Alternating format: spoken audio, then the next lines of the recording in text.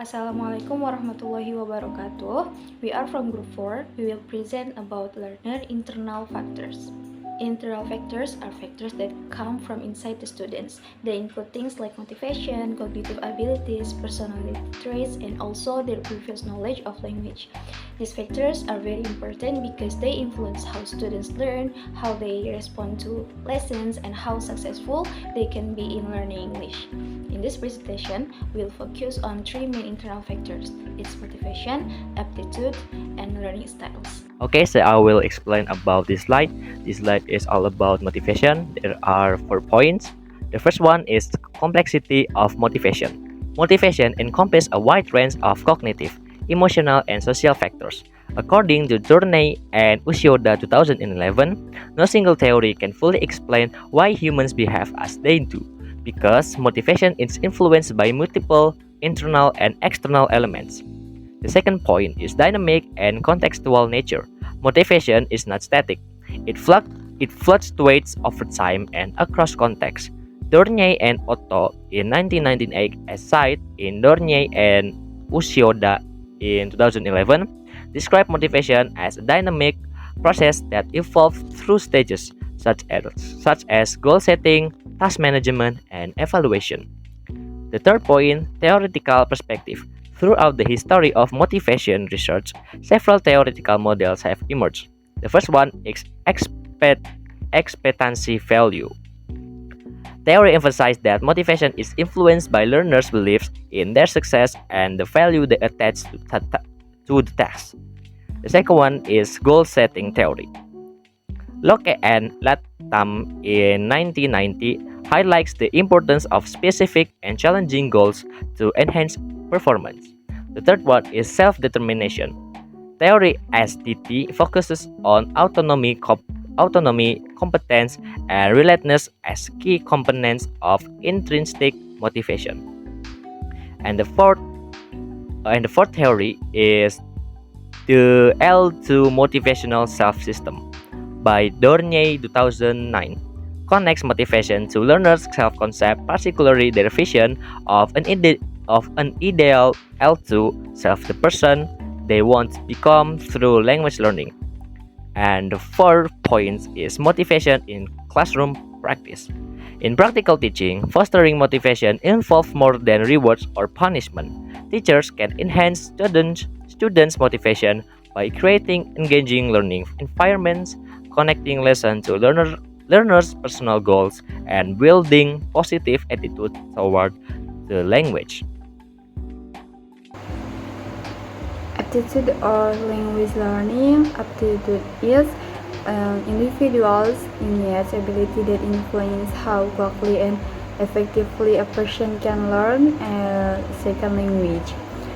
According to Duni and Yosoda, 2011, aptitude is the main cognitive factor in language acquisition. Before attention is paid to effective factors such as motivation. Aptitude components. 1. Phonemic coding ability. The ability to recognize and remember new sounds in a phrase language. 2. Grammatical sensitivity. Sensitivity to grammatical structure and word function in sentence. 3. Inductive language learning ability. The ability to discover language patterns and rules from examples. 4. Associative memory. The ability to remember new vocabulary and connect into meaning. The role of aptitude in language learning. Aptitude helps explain individual difference in the speed and outcomes of language learning.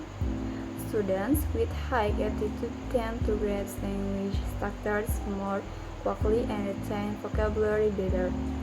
However, according to Durny and Ushioda, aptitude is not the only determining factor in success.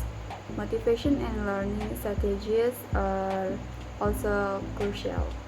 Now I will discuss about the third internal factor, which is learning styles. Learning styles refer to individual preferences in the way learners perceive, process, and organize information when learning a language. According to Oxford and Dornier, each learner has a unique way of learning that works best for them. These learning styles are part of what we call individual differences, along with other internal factors like motivation and aptitude. So, while motivation explains why we learn and aptitude explains how fast we learn, learning styles explain how we learn best. The role of learning stylists. Learning stylists play an important role in the language learning process. They explain how learners can learn most effectively, and they influence the learning strategies students use, their learning path, and their overall achievement. Learning stylists also interact with other internal factors. For example, a student's motivation or aptitude might affect how well their preferred learning style works in class. According to Dornier and Ushoda, learning styles are part of what they call cognitive characteristics. Basically, they describe how learners think and process information. Learning styles are categorized under individual differences, which include other internal factors such as motivation, aptitude, and personality. They also emphasize that when there is a good match between learners' styles and teaching methods, it can lead to higher motivation and better learning outcomes. Next is types of learning stylists. According to Rebecca Oxford, learning stylists describe how each learner prefers to receive and process information during the learning process. She identifies several types of learning stylists that commonly appear in language classroom. Let's go through each one. Analytic learners. These learners like focus on rules, details, and accuracy. They enjoy understanding how grammar works, how sentences are structured, and why certain forms are used. For example, when learning English tenses, analytic learners want to study the formula first, like subject, verb, object, and they want to know the rule before using it. They often prefer doing exercises, drills, or problem-solving tasks where they can analyze and find the correct pattern. So, they learn best when lessons are structured, logical, and clear.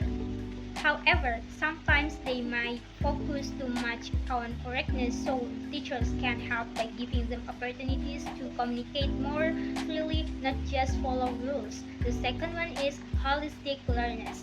On the other hand, holistic learners prefer to see the big picture first before paying attention to the small details.